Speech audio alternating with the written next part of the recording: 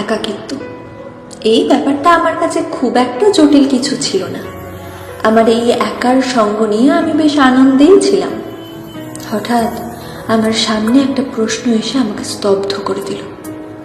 জীবনের শেষ মুহূর্ত দু রকমের হতে পারে। একটা, তুমি মরে যাচ্ছ কিন্তু তোমার পাশে কেউ নেই। দ্বিতীয়, তুমি মরে যাচ্ছ কিন্তু তোমার পাশে তোমার ভালোবাসার মানুষেরা আছে। কোনটা কম ভয়ঙ্কর?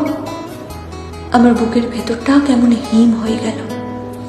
আমি কি সত্যিই একা হয়ে যাচ্ছি? কিসের ভয় একা করে দিচ্ছে আমাকে? ভালোবেসে হারিয়ে ফেলার ভয়? কিন্তু আমি তো ভালোবাসতে ভয় পাই না। মনের ভেতর থেকে উত্তর এলো, আমি একাকিত্বকে ভালোবাসি মানে এমন না যে মানুষের সঙ্গ আমাকে বিরক্ত করে তোলে।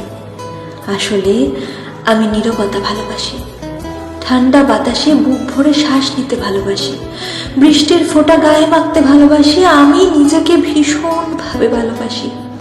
এত ভেবে হবেটা কি? জীবন যেভাবে চলছে চলুক, ভালোবাসা আসলে আসুক, কেউ পাশে থাকলে থাকুক, না থাকলে না থাকুক। শুধু জীবনের শেষ সময় এইটুকু শান্তি থাকুক যে জীবনের শেষ নিঃশ্বাস অবধি আমি আমার জন্য থেকেছি প্রতিটা মুহূর্তে।